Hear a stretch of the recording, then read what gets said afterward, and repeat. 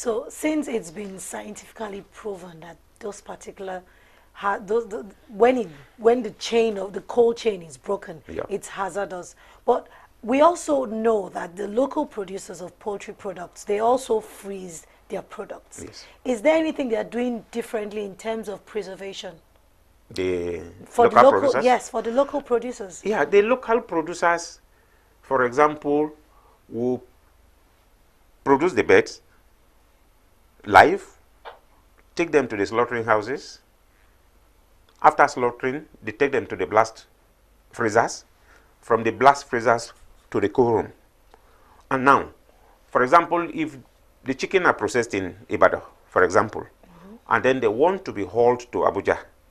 Now, from the production stages down to storage to transportation, they are done based on basic food standards, food safety standards. Now, no chicken is transported in an open vehicle from Ibadan, for example, to Abuja. Not even from Ibadan to Abeokuta. Okay. Neither from Abeokuta to Ibadan or from Lagos to Ibadan, as short as the distance could be. So what I'm trying to say is that these things are transported in cold room vans, mobile cold room vans, Okay. that maintains Maintain a normal temperatures temperature. that keep them frozen. Unlike when these are smuggled Yes, from where it just Cotonou, going up you and put down. them in improvised fuel tanks that the smugglers create under their cars, or in most cases, you see most of these products smuggled in petrol tankers. Okay, so how does a consumer differentiate between the two? Because the local poultry products are also frozen. Yeah. So if I'm going to the market and I say I want to buy turkey, how do I know which is Nigerian made and which isn't? Well, that is the question that confronts us most of the time. And as much as possible, most of the poultry producers in Nigeria that are involved in meat production, in commercial meat production, that is broiler, for example, we've told them to brand their chicken. For example, if you go to the market today and you say you want a local chicken, you say, I need Zatek. Zatek is branded. You now say you need Naknudo, it's branded. You say you need she chicken, it's branded. You say you need tunes, it's branded.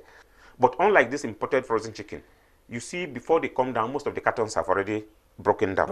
And then there are no produced by this farm in Britain, produced by this farm in Brazil, produced by this farm in Germany. It's not there. They are blank. Okay. But as much as possible, in order to be able to distinguish between the local poultry products and then the smuggled one, we now say look at the brand names. Okay. And in some cases, because the cold chain values disintegrate and then they are packaged, if you touch the surface, you know they become slippery. That is the imported one, the smuggled one. But if you see the local produced chicken, they are fresh. They are fresh. Okay. You said the ban was placed in 2002. So why is the alarm being raised just now? Nigerians have been consuming these products for over 2002 till now. This is 13 years going on. Yes. Why the sudden frenzy? Why is it just now that it's been, oh, this is bad for you? Because they've been eating this all this while. You know, the preference for white meat is becoming a vogue in the last few years. Okay. There's a lot of preference for chicken now than before. That is on one leg. You discover that the level of contamination and unwholesomeness in this smuggled chicken is on the increase. And that is not far-fetched from the rate of diseases, unknown diseases that is ravaging our country. On the rise. Okay, we've been talking about imported chicken and turkey and poultry, but there's also frozen fish, frozen shrimps, and all of that in the market. Yeah. Are they also a health hazard to Nigerians? Well, you see, fish, shrimps are not on the import prohibition list. Okay. As of now, fish is allowed to be legally imported. Okay. And then since it is allowed to be legally imported, they comes through standard means of food safety standards and preservation, so and you can hardly find this level of abuses in the fish. Okay, thank you very much, sir. Thank you. We'll take a short break. When we return, we'll discuss on what the Poultry Association of Nigeria has been doing. Don't go away.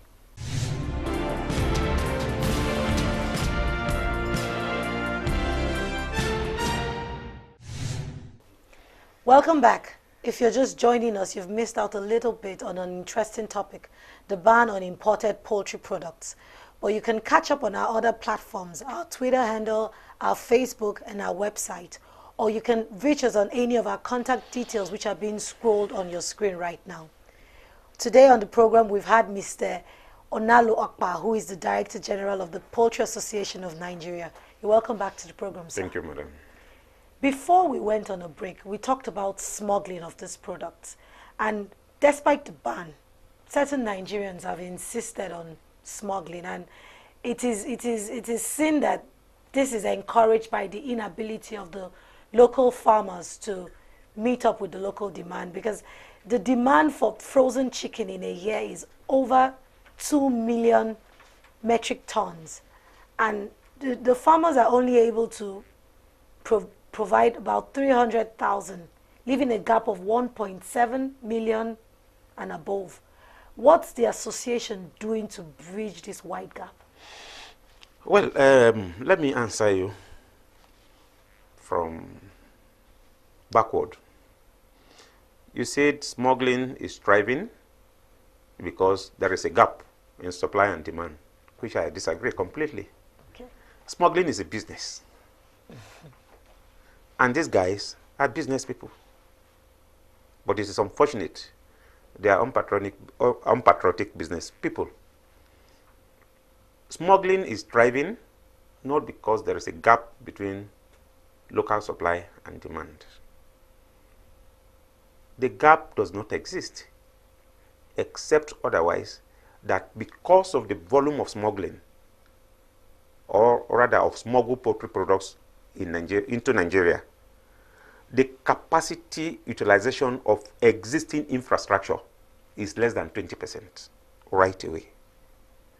And if the market is guaranteed by the complete absence of these smuggled poultry products, I tell you with all sense of honesty that in 60, 90 days, all the infrastructure for broiler production in this country will go to 100%. So, despite the dangers posed, some consumers appear unperturbed.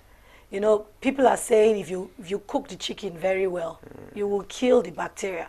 Others are even saying that the ban is a violation of their right to choice. And I'm sure this was probably what led to the incident in Port Harcourt, where people went up to exhume products that were buried by the Nigerian Customs Service. What advice does your association have for this category of consumers? I think we have been involved in sensitization of Nigerians on the implications of consuming this, both economic and health-wise. You see, I becomes confused by the attitude of Nigerians. Fortunately, some of us have been involved in the profession of poultry production in the last 20 something years, from the farm to the office presently. And we've also had the opportunity of undergoing some studies in other parts of the world, that you have the chicken from being harvested from the farm to the processing plant, down to the last stage of processing. You have over 10, 15 food safety experts on various critical points in the processing plants. But here, Nigerians will tell you, irrespective of the seeming danger in consuming these products, we will consume. I will give you an instance. Some months back, I was involved in Radio Link program by the Federal Radio Corporation of Nigeria. And it was a phone-in program. And it was still on the same subject matter. A well-articulated, assumingly educated person from Enugu called in to say one thing will eventually kill a man. That whether it is unwholesome, whether it is laden with chemicals, they should allow us to eat and die.